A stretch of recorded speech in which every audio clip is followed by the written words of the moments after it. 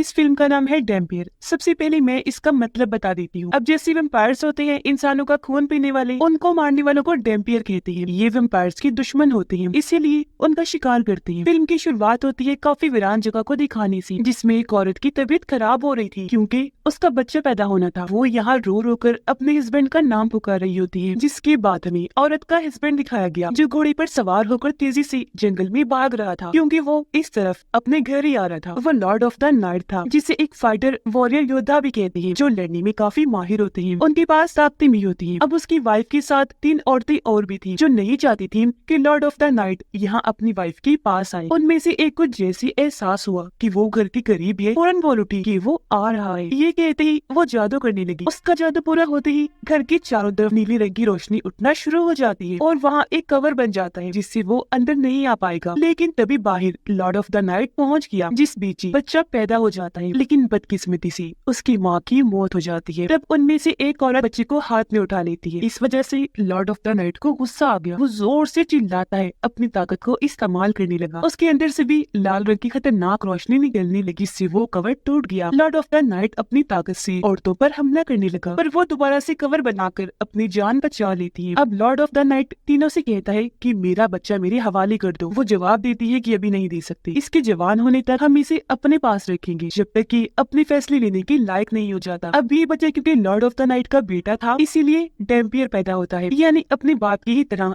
इसके पास भी जादुई ताकतें होंगी, इस वजह से वो बहुत ताकतवर होगा। इसके बाद सीन शिफ्ट होकर आता है कुछ सिपाहियों पर, जो एक शहर में इन्वेस्टिगेशन करने आए थे। पर शहर का तो बुरा हाल हुआ पड़ा था, जैसे ये जगह कोई कब्रिस्तान हो, क्योंकि हर जगह लाशें ही लाशें बिखरी पड़ी थी और तो उनको बहुत बुरी तरह बेरहमी से मारा गया था। तो सारे सिपाही अपने काम पर लग जाते हैं, यानी इन्वेस्टिगेशन करने में। ये वहाँ से एक बिल्डिंग में आई, पर वहाँ भी लाशों के ढेर लगे हुए थे। तभी अचानक पीछे से एक बूढ़ा आदमी आकर खड़ा हो जाता है, जिस पर एकदम ये सारे गन पॉइंट कर देते हैं। लेकिन बूढ़ा आदमी तो बहुत ज्यादा डरा हुआ था। वो कहता है कि यहाँ पर एक शैतान आया था, इन्हीं वैम्पायर, और उसने ही इन सबको बुरी तरह मार दिया। उसने इन सबको गाजर मूली समझकर काट डाला। इसीलिए अब तुम्हें यहाँ डैम्पियर को बुलाना होगा, क्योंकि वही उन शैतानों वैम्पायर्स को खत्म कर सकता है। पर उनमें से एक सिपाही बूढ़े आदमी को शूट कर देता है, जिससे वो मारा गया। सिपाही कहता है कि इसका मुंह बंद करना जरूरी था, ये कुछ ज्यादा ही बोल रहा है। अब हम 2 दोस्तों को गाड़ी में कहीं पर जाता हुआ देखते हैं। एक दोस्त तो ड्राइवर था, जबकि दूसरा खुद को डैम्पियर कहा करता था, और यही कहानी का मेन कैरेक्टर है। वो बहुत शराब पिया करता था, एक शराबी था। ये दोनों अब एक गांव में पहुंच गए, जहाँ ड्राइवर दोस्त सबको लेक्चर देने लगा। कहता है कि आप लोगों के एरिया में एक वैम्पायर मौजूद है जो एक शैतान है और आप लोगों को उससे खतरा है, लेकिन आप घबराएं नहीं,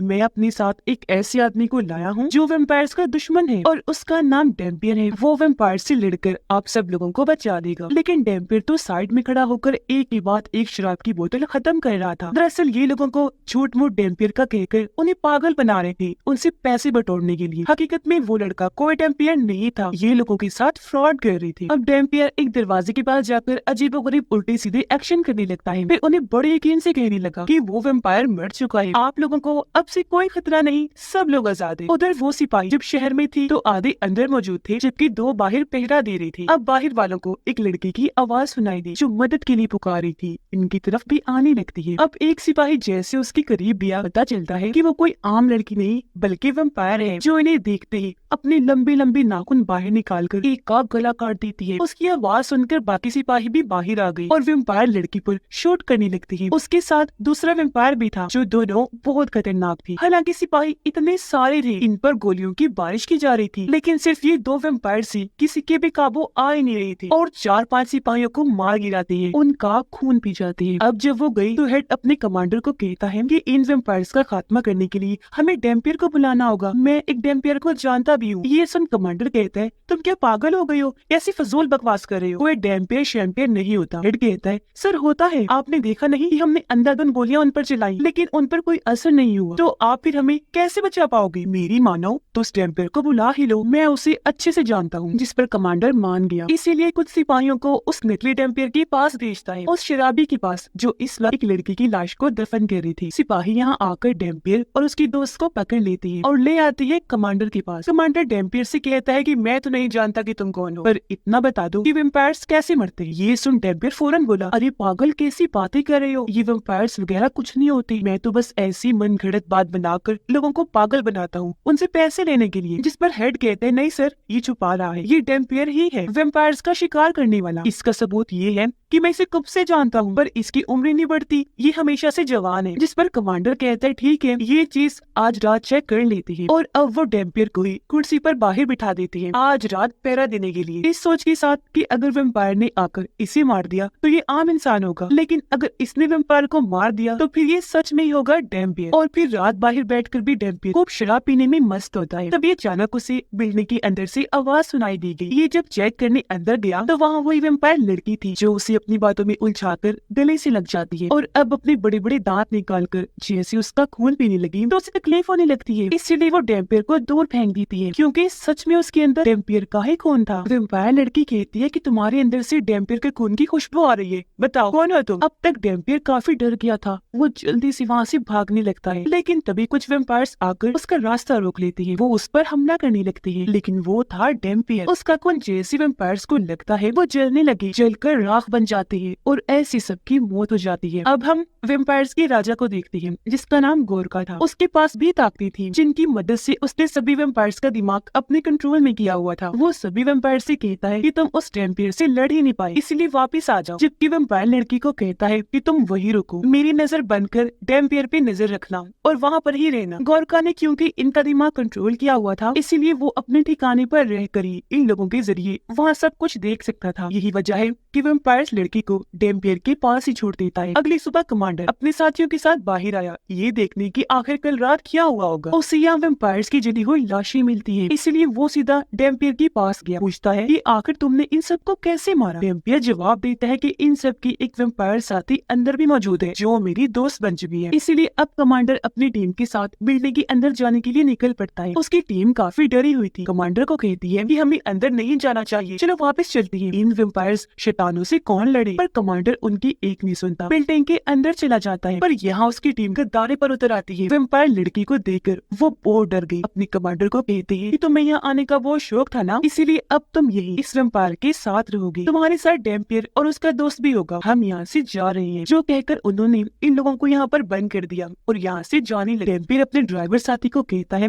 कि देखो यहाँ पर बहुत खतरा है, इसलिए तुम भी उन सिपाहियों के साथ चले जाओ। पर उसके दोस्त ने साफ साफ मना कर दिया, ये कहकर कि मैं तुम्हारे साथ यही रहूंगा। लेकिन डेम्पियर ने जैसे तैसे उसे मनाकर सिपाहियों के साथ भेज ही दिया। जिसके बाद डेम्पियर उस लड़की से बात करने लगा जो अपना नाम अलेक्सा बताती है और कहती है कि मैं गोरका के लिए काम करती, वो मेरे दिमाग को भी कंट्रोल कर सकता है, पर मैं उससे बिल्कुल खुश नहीं, उसके साथ काम करना नहीं चाहती, बल्कि उसकी जान लेना चाहती हूँ क्योंकि वो मुझसे गलत काम करवाता है जो मैं नहीं करना चाहती। डेम्पियर उससे पूछता है कि तुम मेरे बारे में क्या जानती हो, जिस पर वो कहती है कि तुम लॉर्ड ऑफ द नाइट के बेटे हो। लॉर्ड ऑफ द नाइट जिससे भी शादी करता है उससे तुम जैसे लोग डेम्पियर पैदा होते हैं। जिससे यहाँ हम समझ गए कि शुरुआत में जो डेम्पियर बच्चा पैदा हुआ था वो और कोई नहीं बल्कि यही था। आगे वो कहती है कि तुम डेम्पियर भी लॉर्ड ऑफ द नाइट की तरह बहुत खतरनाक होती हो, जिन्हें मारना बहुत मुश्किल है और तुम्हारी जान लेने के लिए सारे वेम्पायर्स तुम्हारे पीछे पड़े होते हैं। गोरका भी बिल्कुल ऐसा ही है, यही चाहता है, वो भी तुम्हें मारने के लिए तुम्हारे पीछे पड़ा हुआ है। वो जान चुका है कि तुम यहाँ हो, तो अब तुम्हें मारने के लिए वो कुछ भी कर गुजरेगा। उधर कमांडर की टीम जंगल की रास्ते से आगे बढ़ रही थी। अचानक एक सिपाही को उल्टी लग जाती है। वो जब रुकी तो किसी के होने का एहसास हुआ और अब जैसे उन्होंने देखा वहाँ खड़ा था गोरका जो एकदम से उन पर हमला कर देता है। कुछ सिपाहियों को इशारे से ही वो जलाकर उड़ा देता है, जबकि कुछ को कैद करके अपने साथ ले गया था। उधर डेम्पियर की भी तबीयत खराब होने लगती है क्योंकि उससे एहसास हो गया था कि गोरका मेरे आसपास ही है। साथ ही उसे ये भी पता चल गया था कि गोरका मेरे दोस्त और बाकी सिपाहियों को कैद करके अपने साथ ले गया है। डेम्पियर उनसे कहता है कि मुझे कैसे भी करके अपने दोस्त को बचाना है। ये सुन अलेक्सा कहती है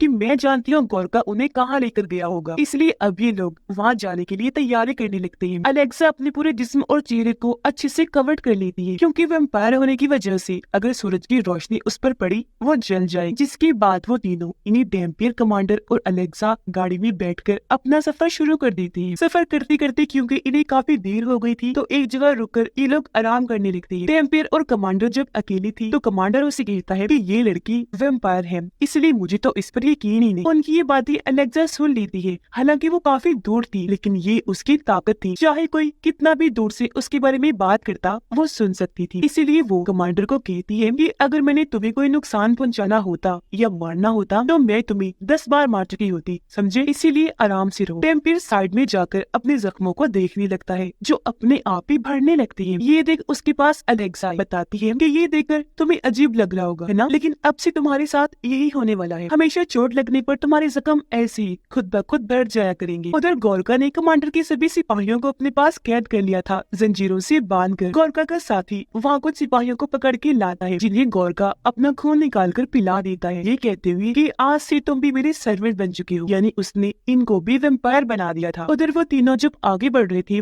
तो कमांडर कहता है कि जब हम उस शहर में दाखिल होंगे तो वेम्पायर्स और गोरका का खात्मा कैसे करेंगे, क्योंकि इन गोलियों से तो उनका कुछ नहीं होगा। जिस पर डेम्पियर कहता है कोई मसला नहीं, उनसे निपटने के लिए मेरे पास एक हल है। वो सारी गोलियों को टेबल पर रखता है, फिर चाकू से अपना हाथ काट कर खून निकालता है और उन गोलियों पर डालने लगा। कहता है कि अब ठीक है, मेरे खून की गोलियां खाते ही सभी वेम्पायर चलकर मारे जाएंगे। तभी अलेक्सा कहती है मुझे भी गन चाहिए, लेकिन कमांडर ये सुनकर उससे बदतमीजी करने लगता है, जिस पर अलेक्सा को गुस्सा आ गया। यहाँ वो उसे अपनी ताकत दिखाती है, गले से पकड़कर दीवार के साथ लगाकर ऊपर कर देती है। फिर कहने लगी कि मैंने तुम्हें पहले भी कहा, मैं अगर तुम्हें मारना चाहती तो 10 नहीं 70 बार मार चुकी होती, आई समझ। इसीलिए अब ज्यादा बनने की जरूरत नहीं है, आराम से रहो। ये देख डेम्पियर दोनों से कहते हैं अच्छा बस करो, लड़ाई खत्म करो, हमें अपना सफर फिर से शुरू करना है। ये लोग आगे बढ़े, जल्दी और शहर में पहुंच जाते हैं। इस शहर में भी तबाही मची हुई थी, साथ ही हर कोई वेम्पायर से भी डरा हुआ था। अलेक्सा कहती है कि हम आबादी से नहीं गुजरेंगे बल्कि बिल्डिंग्स के अंदर से जाएंगे। और अब जैसे ये एक बिल्डिंग के अंदर गई, अलेक्सा को महसूस हो जाता है जैसे हमारे पीछे कोई आ रहा है। वो कहती है कि मैं सब जान गई हूँ, गोरका ने हमारे पीछे अपने आदमी भेज दिए। जल्दी गोरका की आदमी इनके सामने आ गई, जो और कोई नहीं बल्कि कमांडर के सिपाही थे। लेकिन अब सारे के सारे वेम्पायर्स बन चुके थे,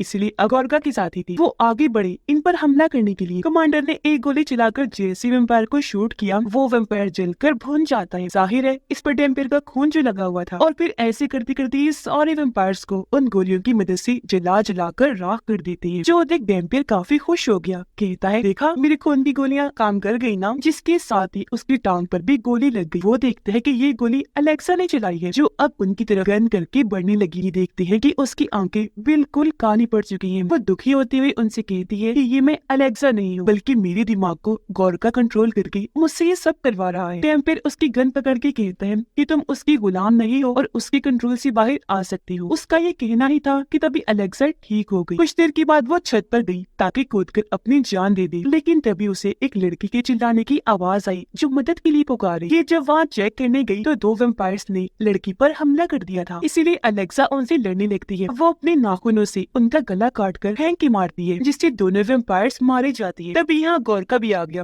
वो अलेक्सा को कहता है कि तुम मेरे साथ गद्दारी क्यों कर रही हो, जिस पर वो कहती है मैं तुम्हारे गुलाम बन के नहीं रह सकती, तुम्हारी कठपुतली तो बिल्कुल नहीं बन सकती जिससे तुम जो चाहे करवा सकती हो। जिस पर गोरका को गुस्सा आ गया, वो अलेक्सा को मारने लगा, उसके गले से उठाकर दूर फेंक के मारता है, फिर उसे भी कैद करके अपने साथ ले गया। डेम्पियर और कमांडर फिर से अपना सफर शुरू करते हैं। डेम्पियर की टांग पर जहाँ गोली लगी थी उसका जख्म बिल्कुल ठीक हो गया था और अब ये उस जगह पर पहुँच जाती है जहाँ पर गोरका था। दोनों अलग अलग होकर पूरी बिल्डिंग को चेक करने लगी, लेकिन यहाँ कमांडर को कुछ होने लगा। उसे अपनी फैमिली की यादें आने लगती है, क्योंकि ये सब गोरका की चाल थी। वो कमांडर के दिमाग को भी कंट्रोल करने लगा था। मौके का फायदा उठाकर वो कमांडर को भी कैद कर लेता है। जैसे कमांडर की आंखें खुली, वो खुद को जंजीर से लटका हुआ पाता है, जिसके सामने अलेक्सा भी लटकी हुई। तब यहाँ कमांडर का साथी आ जाता है, जो अब वेम्पायर बन चुका था। वो अलेक्सा को तकलीफ देने लगा, आग के गोले से उसको जलाने लगता है। वो बेचारी तड़पने लगी। ये देख कमांडर को गुस्सा आ गया। वो अपने साथी को कहता है कि मैं तुम्हें छोड़ूंगा नहीं, छोड़ो उसे, इधर मेरे साथ आकर निपटो। जिस पर वो वेम्पायर कमांडर के पास चला जाता है। ये जब बातें कर रही थी तो इस बीच अलेक्सा को मौका मिल गया था। वो अपनी जंजीर को खींचने लगती है ताकि ये टूट जाए, पर इस बीच वेम्पायर ने अपने बड़े बड़े नाखून कमांडर के अंदर घुसा दिए थे। इससे पहले वो फिर से वार करता, अलेक्सा जंजीर को खींचकर तोड़ने में कामयाब हो जाती है। वो फिर जंजीर से वेम्पायर के गले को जकड़ देती है, फिर वो दूसरी साइड पर जाकर जंजीर को वहाँ लपेट देती है। जैसे जोर लगाकर खींचती है,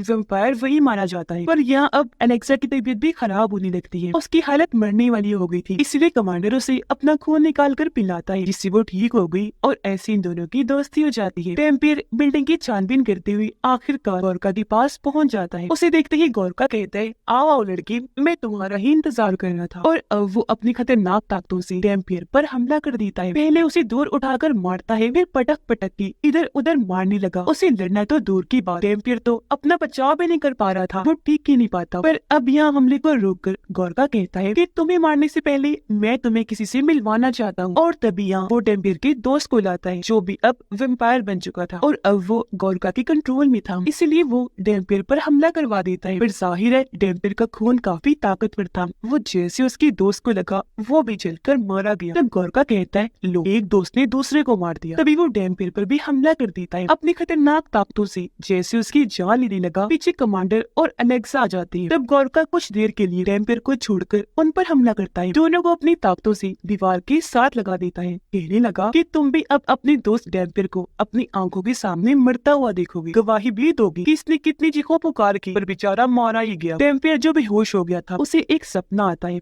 जिसमें वो उन्हीं 3 औरतों को देखता है जो उसके पैदा होते टाइम उसकी मॉम के साथ थी। वो डेम्पियर को कहती है कि तुम अब जाकर अपने डैड से मिलो, यानी लॉर्ड ऑफ द नाइट से। और अब जैसे डेम्पियर आगे बढ़ा, सामने उसके डैड खड़े थे, जो उसकी हौसला अफजाई करने लगते हैं कि तुम्हें खुद पर भरोसा रखना चाहिए मेरे बेटे, तुम्हारे अंदर मेरा लॉर्ड ऑफ द नाइट का खून दौड़ रहा है, गोरका जैसी दुश्मन तुम्हारा कुछ बिगाड़ नहीं सकती, उठो मेरा बच्चा, हिम्मत कर। अपने डैड की ये सारी बातें सुनकर अचानक ही डेम्पियर का दिल जोर से धड़कने लगा, जिसके साथ ही उसके अंदर ताकतें भी आ जाती है। वो उठा और अब पूरे जुनून के साथ गोरका से भिड़ जाता है। वो उड़कर आया, जोर से गोरका को मुक्का मारता है। ऐसे कई सारे मुक्कों की बारिश वो गोरका पर कर देता है, जिससे अब यहाँ डेम्पियर उस पर भारी पड़ने लगा था, जबकि गोरका कमजोर होना शुरू हो गया था, क्योंकि डेम्पियर अब अपनी असली फॉर्म, असली जुनून में आ चुका होता है। उसे इतना ताकतवर पाकर गोरका भी अपने असली रूप में आ गया था, जो बहुत भयानक डरावना था। और अब दोनों ही एक दूसरे पर टूट पड़े। इनकी जबरदस्त लड़ाई छिड़ जाती है, उड़ उड़कर एक दूसरे पर हमले कर रहे थे। पर अपने खून वाले हाथों से जैसे डेम्पियर गोरका का गला पकड़ता है, वो भी जलना शुरू हो गया। डेम्पियर अपने दोनों हाथों का इस्तेमाल करने लगा, गोरका को जलाकर मार देता है